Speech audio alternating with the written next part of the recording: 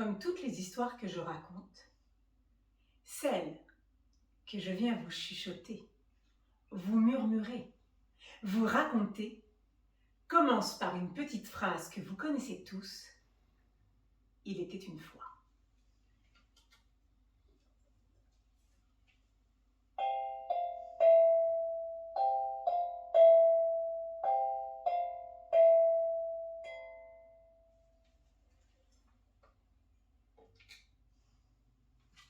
Il était une fois un pays lointain, un pays immense, un pays avec des forêts sombres et profondes.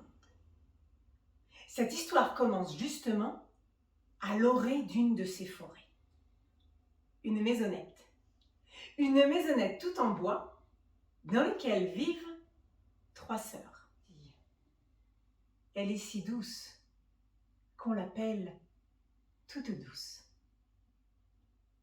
Ce matin-là, à l'heure que le soleil pointe à peine le bout de son nez, toute douce est déjà levée. Ce n'est pas une journée comme les autres. Aujourd'hui, c'est son anniversaire. Elle a le cœur un peu lourd, mais elle est là à nourrir les poules quand étonnamment, ses 2 sœurs sont déjà levées. Elle les entend ouvrir la porte de la maisonnette et quand elle les voit s'approcher vers elle, toute douce les connaît bien. Toute douce le sait, toute douce le sent. Elles ont une idée, et pas la meilleure, derrière leur tête. Et que, si elle veut rester vivre avec elle, alors c'est le jour où il va falloir qu'elle aille seule dans la forêt, qu'elle traverse le bois, la forêt épaisse, sombre et profonde, et qu'elle aille trouver celle qu'on nomme la Baba Yaga. On raconte depuis la nuit des temps qu'elle est la plus cruelle et la pire, la plus terrible, méchante de toutes les sorcières. Et si toute douce veut pouvoir continuer à vivre dans la maisonnette, alors elle va bien devoir se rendre chez la Baba Yaga et lui voler un de ses crapauds. Si elle réussit, alors elle pourra continuer à vivre avec elle. Si elle échoue, ce n'est même pas la peine de revenir, car il n'y aura plus de place pour elle dans la maisonnette. Toute douce réfléchit alors. Oui, elle se souvient de ça.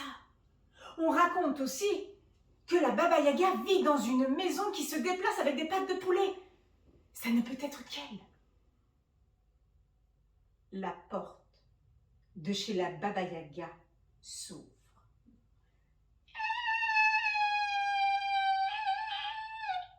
Ça grince chez la Baba Yaga. Et là,